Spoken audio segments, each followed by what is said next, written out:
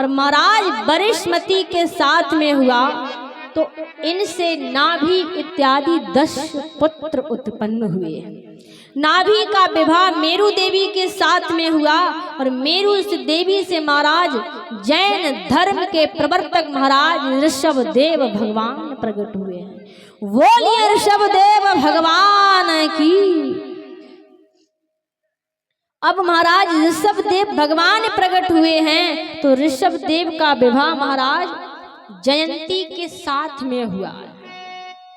जयंती से महाराज भरत इत्यादि 100 पुत्र उत्पन्न हुए और महाराज भरत का विवाह विश्वरूप की पुत्री पंचजनी के साथ में हुआ।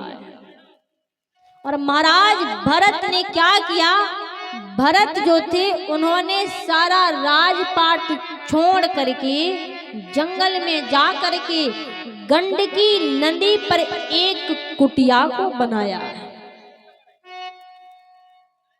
और एक कुटिया को बनाया और उसी गंडकी नदी पर बैठ करके भरत जी महाराज भक्ति करने लगे।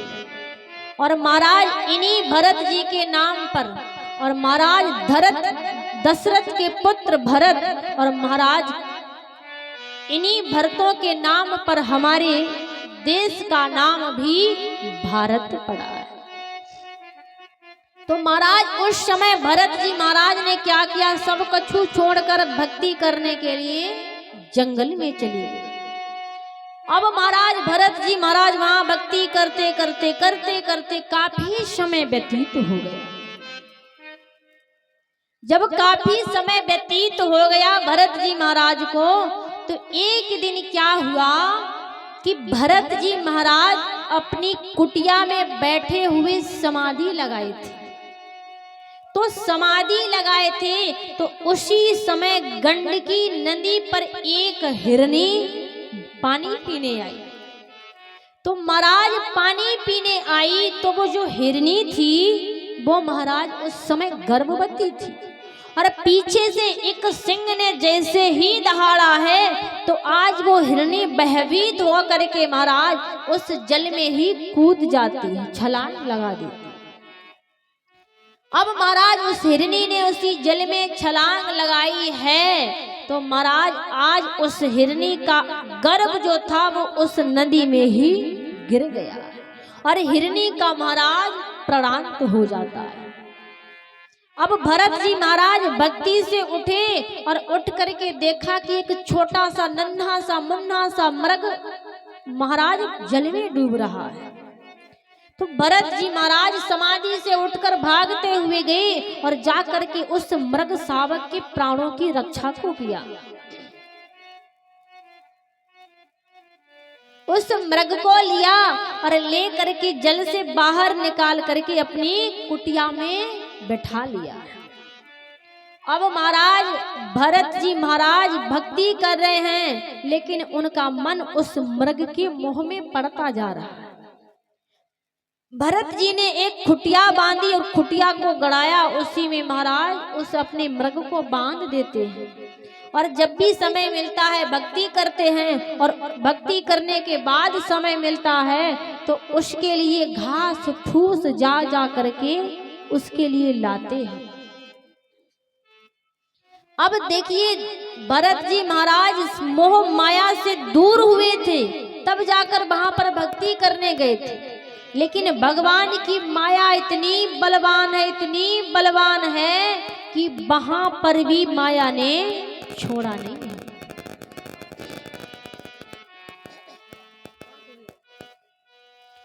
अब महाराज क्या हुआ कि भरत जी महाराज उस मृग के मोह में इतने पड़ गए कि महाराज अब क्या हुआ कि उन्हें भक्ति करने का समय ही नहीं मिलता।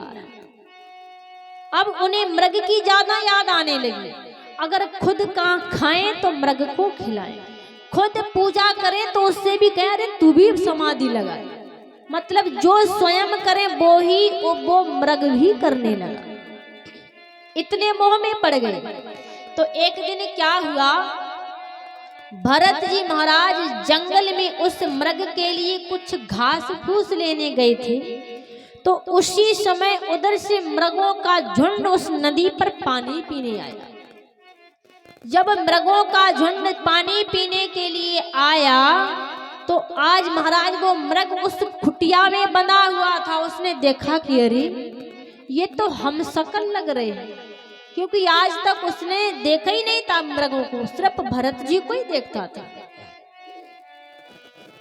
तो महाराज उसने कहा कि हमें लगता है ये हमारे पड़ोसी हैं। उसने ताकत लगाई, झटका लगाया और झटका लगा करके उस खुटिया को तोड़ करके उन मृगों के झुंड में जाकर मिल जाता। मृगों के झुंड में मिल गया और मृगों के झुंड में मिल करके महाराज आज वो मृग उन्हीं के साथ में चला गया। अब महाराज जब वो चला गया, इधर भरत जी महाराज घास फूस लेकर के आए। भरत जी महाराज ने देखा कि हमारा मृग तो है ही नहीं। इधर उधर ढूंढने की कोशिश की लेकिन कहीं भी मृग नहीं मिला। और भरत जी महाराज उस मृग से इतना प्रेम करते थे, इतना प्रेम करते थे कि उसके बारे में सोचते सोचते सोचते महाराज आज भरत जी महाराज के शरीर से प्राण निकल गए। और कहते हैं ना, अंतः गति सो मति।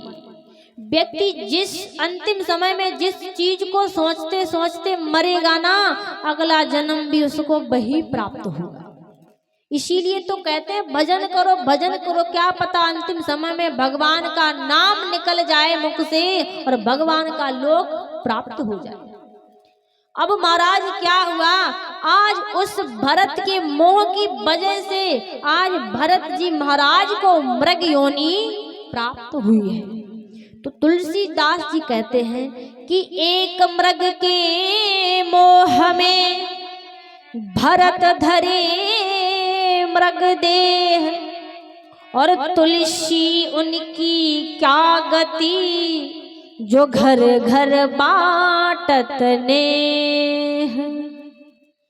तुलसीदास जी कहते हैं कि एक मृग की वजह से आज भरत जी महाराज को मृग देह प्राप्त हुई, मृग योनि प्राप्त हुई। और हे भगवान उनकी क्या गति होगी जो इससे भी प्रेम करते, उससे भी दुनिया भर में अपने आप को फंसाए हुए, उनकी अंतिम समय में क्या गति हुई।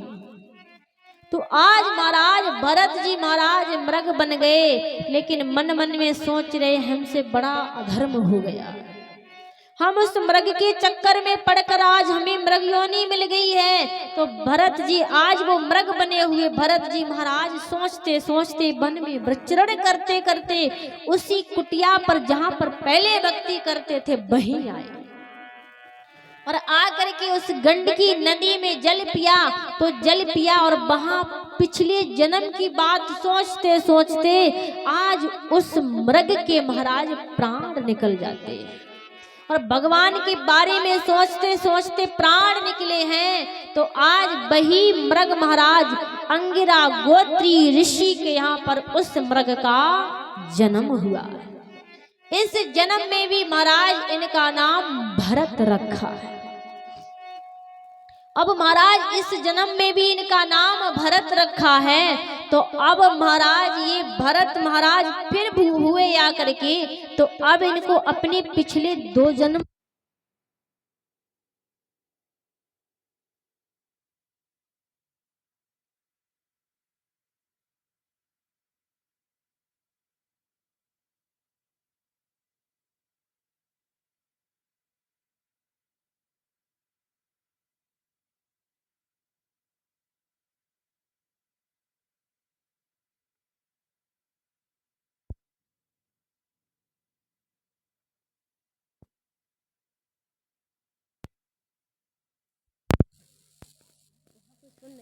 लोग सुन रहे हैं ना।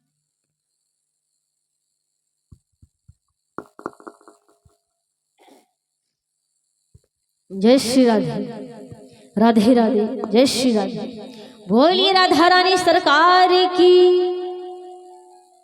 तो अब महाराज भरत जी महाराज को अपने पिछले 2 जन्मों की बात याद है और हमको आपको ये भी नहीं याद रहेगा कि सुबह हमने क्या किया था। और बताइए उनको तो 2 जन्मों की बात याद है। तो आज महाराज ये भरत जी महाराज फिर दोबारा मनुष्य योनि में तिवारा आए हैं। तो आज महाराज भरत जी के पिता ने क्या किया, आज भरत जी महाराज को गुरुकुल में भेजा। कहा कि जाओ बेटा गुरुकुल में जाकर के शिक्षा अध्ययन करके आओ। भरत जी महाराज गुरुकुल में चले गए, लेकिन एक भी अक्षर का ज्ञान नहीं लिया। कहा कि यदि हमें ज्ञान हो गया, क्योंकि ब्राह्मण पुत्र थे, ज्ञान हो गया तो हमारे पिता हमें छोटी मोटी पूजा पाठ ये विवाह शादियों में भेजने लगेंगे, तो फिर हम मोह माया में पड़ जाएंगे। इसलिए हमें इस दुनिया में अब कुछ नहीं सीखना है, सीखना है तो सिर्फ और सिर्फ इस भव से पार होना सीखना है। अब महाराज भरत जी महाराज की 4 भैया थे, उनका विवाह हो गया। भरत जी महाराज ने विवाह नहीं किया, सबसे बड़े थे। अब महाराज भरत जी महाराज ने विवाह नहीं किया और गुरुकुल से लौट कर आए तो पूछा पिताजी ने, बेटा क्या सीखा है? कहा पिताजी हमने पहले ही सब सीख लिया था, अब क्या सीखने को रह गया? जिस व्यक्ति को 2-2 जन्मों की बात याद रहे उसे किस चीज को सीखना है? भरत जी महाराज ने कहा देखो पिताजी मुझे ना कुछ काम करना है ना कुछ करना है, मुझे तो जितना हो सकेगा उतना परोपकार करेंगे। तो अब महाराज भरत जी की जो भाभियां थी ना, आज उन्होंने कहा रे ये तो मूर्ख है। तो आज महाराज उनकी भाभी हंसी मजाक में उनसे महाराज कहने लगी जड़ भरत। जड़ माने होता है मूर्ख, और भरत तो है ही भरत। कहा ये तो मूर्ख है। तो आज भाभियां हंसी हंसी कह के कहती ओ जड़ भरत। तो महाराज पूरा नगर पूरा मोहल्ला इनको जड़ भरत कहकर पुकारने लगा। भरत जी महाराज खूब खाते थे और खूब भजन करते थे, लेकिन यहाँ से चीज उठाकर वहां नहीं रखते थे, कोई काम नहीं करते थे। तो एक दिन इनकी भाभियों ने कहा अरे ये इतना खाता पीता है कुछ करता नहीं है, ऐसा करो हमारा जो खेत में बाजरा खड़ा है ना, चिड़िया खा रही है, जाओ इसको भेज दो, कहना जा तू खेत रखाना, चिड़ियों को मत बैठने देना।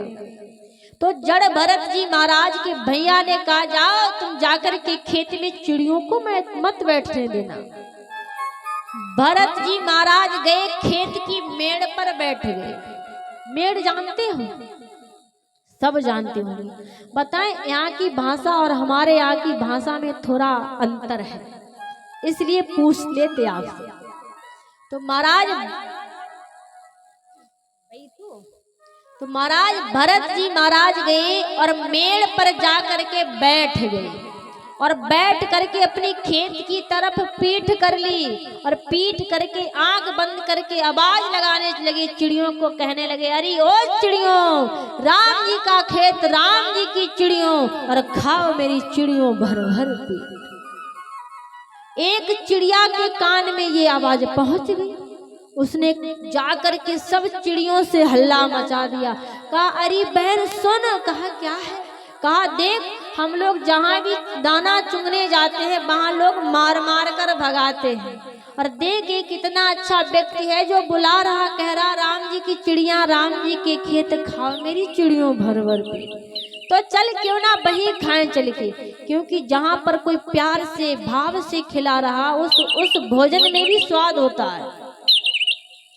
तो महाराज आज क्या हुआ, सारी चिड़ियाओं के झुंड आने लगी और आकर के झुंड चिड़िया उड़ उड़ करके महाराज बैठकर दाना चुगने लगी। जब महाराज चिड़िया दाना चुगने लगी, सूर्य अस्त हुआ, भरत जी महाराज उठे और उठ करके अपने घर चले आए। भैया ने पूछा क्यों रे भरत जी, खेत में सही देख रेख करते हो? कहा हाँ भैया हमारे होते हुए चिंता करने कोई बात नहीं। कहा अच्छा? कहा हाँ। अगले दिन भरत जी महाराज गए, 1-2-4 खप्पर को फोड़ फोड़ कर ले गए। कहा चिड़िया हमारे यहाँ भोजन करेंगी तो पानी कहाँ पिएंगी? उस खप्पर में जल भर भर के जगह जगह रख दिया और पुनः आवाज लगाने लगे, कहने लगे राम जी की चिड़िया, राम जी के खेत खाओ मेरी चिड़ियों भर भर पेट। चिड़िया कहने लगी देख बहन वो भाई साहब फिर बुला रहे हैं। सब दौड़ी दौड़ी आई। अब चिड़ियाओं ने देखा कि देखो इसने तो जल की भी व्यवस्था कर दी है। वहीं सारी चिड़ियाओं ने दाना चुंगा। दाना चुंगने के बाद में जल पिया और जल पीने के बाद में जैसे ही सूर्यास्त हुआ सब चिड़िया चली गई।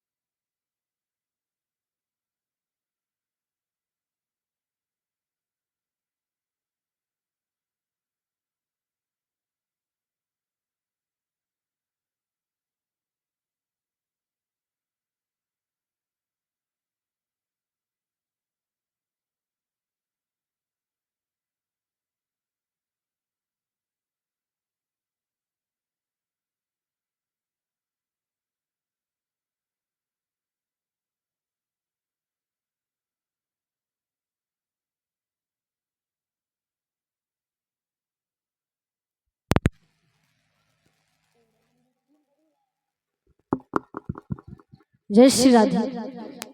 देखिए जनरेटर चलने दो, अब वैसे भी कथा बहुत बड़ी है। तो आज महाराज क्या हुआ, सारी चिड़िया उड़ गई उधर से। महाराज आज जड़ भरत के भैया देखने आए। कहा देखे चल के ये क्या कर रहा है। अब आकर के देखा कि महाराज जड़ भरत तो मेड़ की तरफ पीठ किए हुए बैठे हैं और तमाम चिड़िया दाना चुंग रही हैं। तो महाराज आज डांटने लगे, कहने लगे क्यों दुष्ट तू ये क्या कर रहा है। कहा भैया ये बताओ पिछली बार कितने बोरा बाजरा हुआ था। कहा 15 हुआ था। कहा तो अगली बार 20 होगा। अब महाराज जैसे ही उस बाजरा की कटाई हुई तो महाराज इस बार 20 पैकेट निकला। तब जाकर के उसे विश्वास हुआ। कहा हाँ सही कह रहे हो आप। तो इस तरह से महाराज आज श्री सुखदेव जी महाराज प्रिय व्रत की कथा को श्रवण करा रहे हैं। और देखिए भगवान की कथाएं तो बड़ी अनंत हैं और आज बहुत सी कथाएं भी होनी हैं, तो इसलिए समय थोड़ा कम रह गया है। आज सारी कथाओं को सूक्ष्म रूप में कहेंगे, ठीक है परीक्षित जी। वैसे एक कथा को अगर हम कहते रहें तो सुबह से शाम तक कहते रहें तो भी नहीं कह पाएंगे, लेकिन समय की वजह से सारी कथाओं को सूक्ष्म रूप में सुनाएंगे। क्योंकि अगर हर स्कंद से थोड़ी भी कथा ना सुनाओ तो कथा करने वाले को भी पाप लगता है और सुनने वाले का कल्याण नहीं होता है। तो इस तरह से महाराज श्री सुखदेव जी महाराज ने प्रियव्रत चरित्र की कथा को श्रवण कराया। इसके बाद में श्री सुखदेव जी महाराज परीक्षित जी महाराज को नरकों की कथा सुना रहे। देखिए भागवत में सब समाया हुआ। श्री सुखदेव जी महाराज कहते हैं देखो परीक्षित जी महाराज इस धरा धाम पर कुल 18 प्रकार के नरक हुए हैं। कहा महाराज क्या इस पृथ्वी पर नरक हैं। कहा हाँ। कहा कि जो जैसा करता है उस व्यक्ति को वैसा ही फल मिलता है। यदि अच्छा कर्म करता है तो स्वर्ग में जाता है और बुरा कर्म करता है तो उसे नरक की प्राप्ति होती है। परीक्षित जी ने कहा कौन कौन नरक में जाता है। तो आज श्री सुखदेव जी महाराज कहते हैं परीक्षित जी जो व्यक्ति पर पुरुष को देख करके जो स्त्री मोहित होती है या जो स्त्री पर पुरुष को देख करके मोहित होती है उसे नरक में जाना पड़ता है। कहा महाराज वहां उसके साथ क्या होता है। कहा वहां पर उसके साथ ये होता है जिस तरह से हम मूली को काटते हैं ना, मूली जानते हो गाजर मूली सब्जी, जिस तरह से हम मूली को काटते हैं ना उसी तरह से उस व्यक्ति को काटा जाता है और काट करके उबलते हुए तेल में डाला जाता है, उसके मंगोड़े बनाए जाते हैं। देख लिए कितना भयानक नरक है।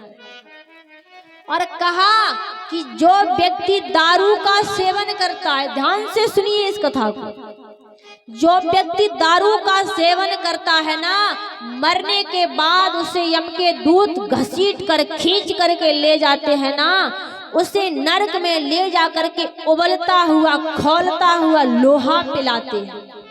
समझ लीजिए आप, अगर कोई प्लास्टिक जल जाए और जरा सी भी हाथ पर पड़ जाए तो हाथ उस पर दाग पड़ जाता है।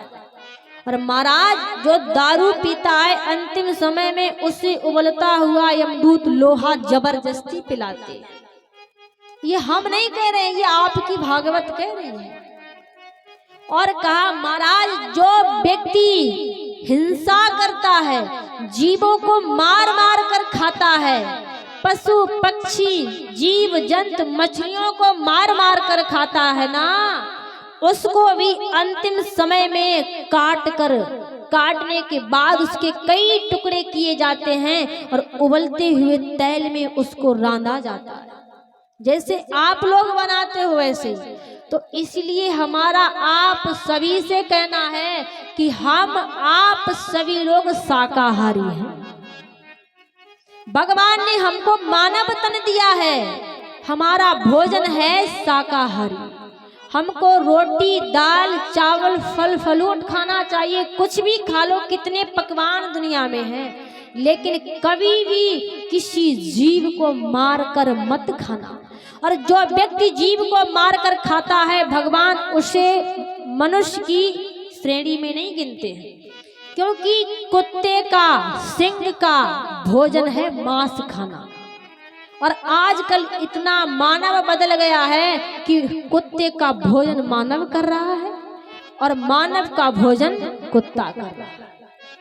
ये बहुत गलत हो रहा है। इसलिए आज से जो भी लोग ऐसा करते हो, हम आप सभी से यही कहते हैं कि जो जितनी विटामिन दाल रोटी चावल में है ना, उतनी विटामिन कहीं नहीं। कुछ लोग तो हमसे ये कहते, बहन जी अंडा तो शाकाहारी है। जब अंडा शाकाहारी है तो उसको काटने पर उसमें मूंगफली के दाने क्यों नहीं निकलते? आप बताइए हमें। शाकाहारी नहीं हो सकता है। आज लोगों का खान पान बदल रहा है, इसीलिए लोगों के विचार बदल रहे हैं, क्योंकि जैसा खाओगे अन्न वैसा बनेगा मन, जैसा पियोगे पानी वैसी बनेगी वाणी। इसलिए यदि आपने अपना भोजन सुधार लिया ना, तो आप समझ लीजिए सब कछु बन गई। हेलो, हमारा आपसे एक निवेदन है कि हमने सुना कि हमारी समाज को भगवान ने बनाया कि आप मछली पकड़ो और खाओ। क्या बात, परिचय जी तो बहुत होशियार निकले। तो हमें आपसे यही एक कथा सुननी है कि भगवान ने कब भेजा देखते।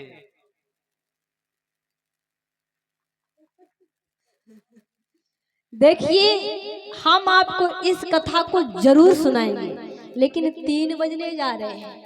वामन भगवान का भी जन्म होना, प्रहलाद चरित्र की कथा होना, राम जी भी आएंगे, भगवान कन्हैया भी आएंगे, लेकिन थोड़ा सा आपके प्रश्न का हम हल किए दे रहे हैं। लेकिन इस कथा को जरूर हम विस्तार से एक दिन जरूर सुनाएंगे, क्योंकि हमें भी पता है आप इस समाज से हो और कुछ लोगों ने हमें बताया भी है।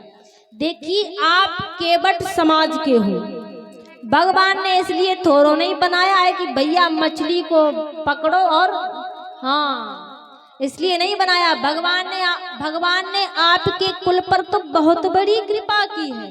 इतनी कृपा तो काहू पर नहीं की है, समझे?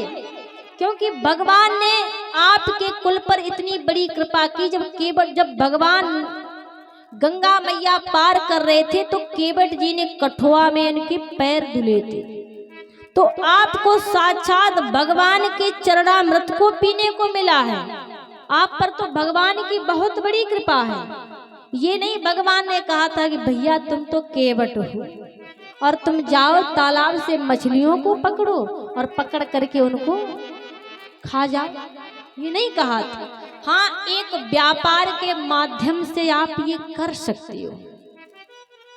क्योंकि आप व्यापार करने के लिए मछली को पकड़ भी लो और बेच भी दो। व्यापार के माध्यम से तो ये कर सकते हो, लेकिन महाराज आप कहो कि हम खा जाएं, तो ये आपका अपना मत है। लेकिन भगवान ने ये कहीं पर नहीं, रामायण पढ़ लेना, भागवत पढ़ लेना, भगवान ने कहीं पर नहीं लिखा है कि इनको खा लिया जाए। तो व्यापार में का हम ही लोगों का है एक और दूसरों का है एक काम। देखिए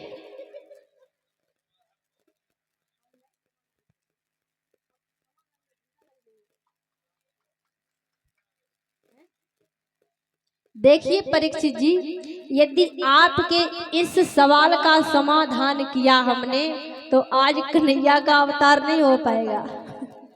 और देखिए भगवान के अवतार की पूरी व्यवस्था हो चुकी है, इसलिए आप 1% भी, जितने भी यहाँ पर बैठे हैं, कोई भी चिंता मत करिए। हम आपकी सवाल का अवश्य हम भी यही सोच रहे थे, क्योंकि हमने आज एक भाई साहब को देखा है ऐसा करते। इतने बड़े हो गए, सच बताएं इस व्यासपीठ से तो झूठ नहीं बोल सकते हैं, इतने बड़े हो गए, हमने अपनी आंखों से मछली नहीं देखी है। देखी है तो सिर्फ किताब में देखी है, मोबाइल में देखी है, लेकिन साक्षात्कार पहली बार हुआ है। तो इसलिए परीक्षित जी आपकी समस्या का समाधान होगा और इन 3 दिनों के अंदर अवश्य हो जाएगा। लेकिन आगे बहुत कथा पड़ी, 3 बज गए। अब कोई जय हो राधा रानी की, जय हो जय हो जय हो। तो परीक्षित जी ये बताओ, अच्छा आप क्या खाते हो? जरूर जी, तभी ये प्रश्न किया है। हाँ। तो आज से छोड़ देना, ठीक है? अब वही तो हम पूछ रहे हैं कि जे हमारा क्या, कुछ लोग कहते, हम उनसे कहते हैं कि आप ऐसा मत करो, तो कहते हैं नहीं जी अपना कर्म है, अपन को करना चाहिए। देखिए काफी हिंदू लोग, काफी मुस्लिम लोग हैं ना, वो अपने मुस्लिम धर्म को छोड़ करके अपने हमारे सनातन धर्म में आ रहे हैं। अब आप ये कहो वो उनके यहाँ पर त्योहार, ईद का त्योहार आता है तो सब कुछ बनता है।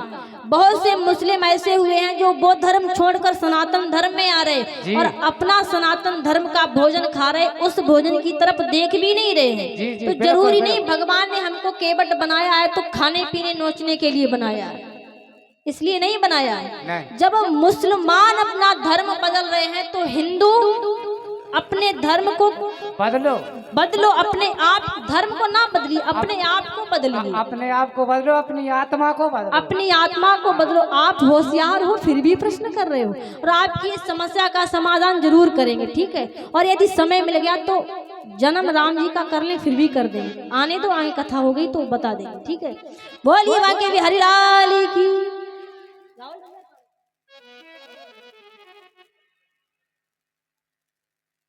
और देखिए जो भी वसुदेव बने वो वसुदेव बनने के लिए तैयार हो जाएं, क्योंकि 3 बज गए हैं, करेक्ट 5 बजे भगवान का जन्मोत्सव मनाया जाएगा।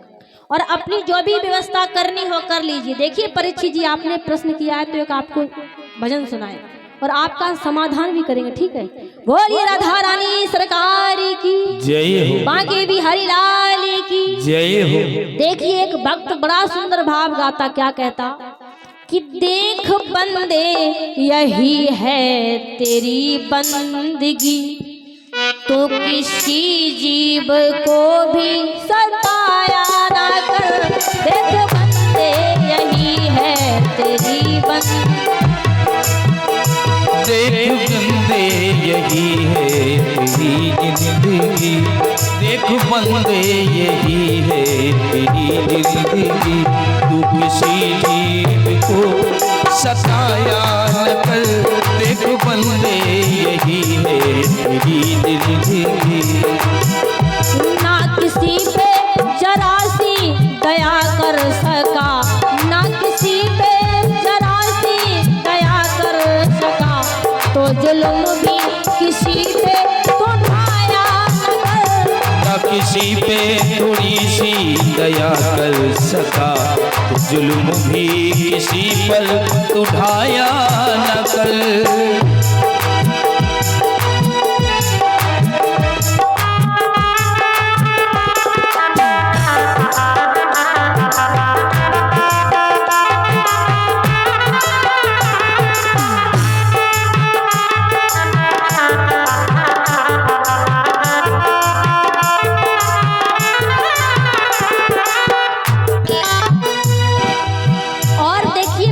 परीक्षित जी भजन कितना सुंदर भाव गा रहा।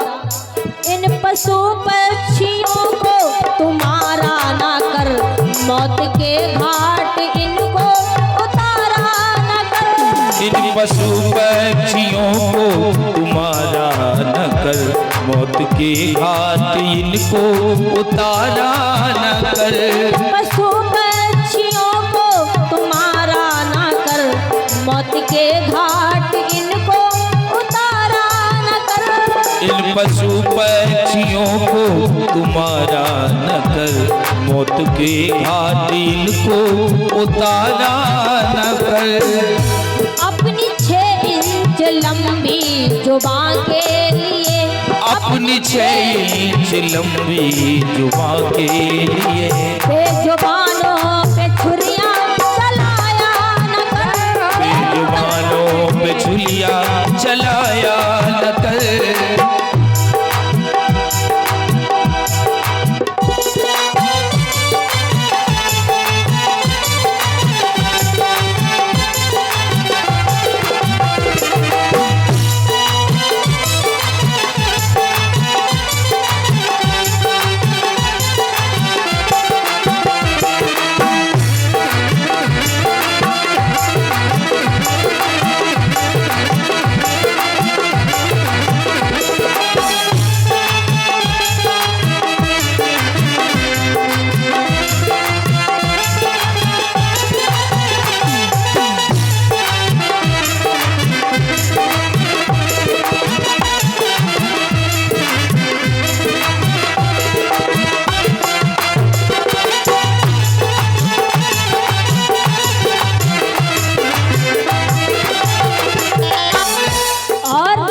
सुनिए, जिस तरह से तुम्हें अपने बच्चे प्यारे होते हैं ना, ऐसे ही उनको भी होते हैं। इसीलिए कह रहा, जैसे बच्चे हैं प्यारे सभी आपको, वैसे वो भी है प्यारे माँ बाप के।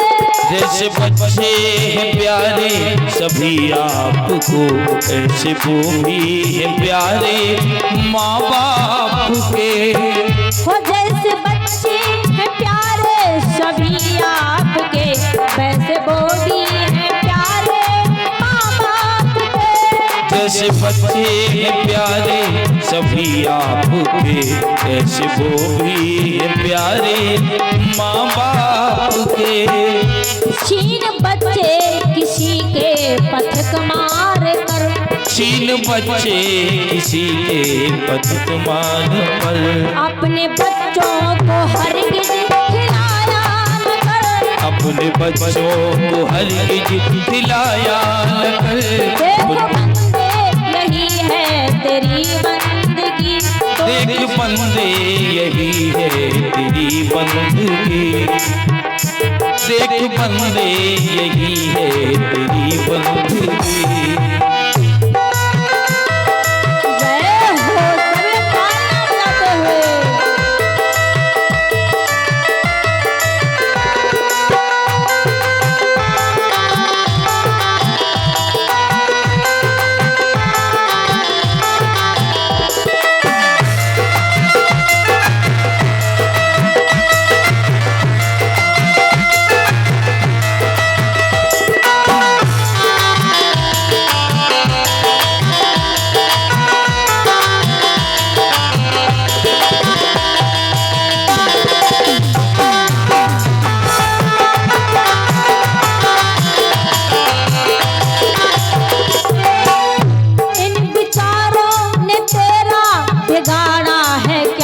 कोई घर बार तेरा उजाड़ा है क्या? इन विचारों ने तेरा बिगाड़ा है क्या? कोई घर बार तेरा उजाड़ा है क्या? इन विचारों ने तेरा बिगाड़ा है क्या? कोई घर बार तेरा उजाड़ा है क्या? इन विचारों ने तेरा बिगाड़ा है क्या? कोई घर बार तेरा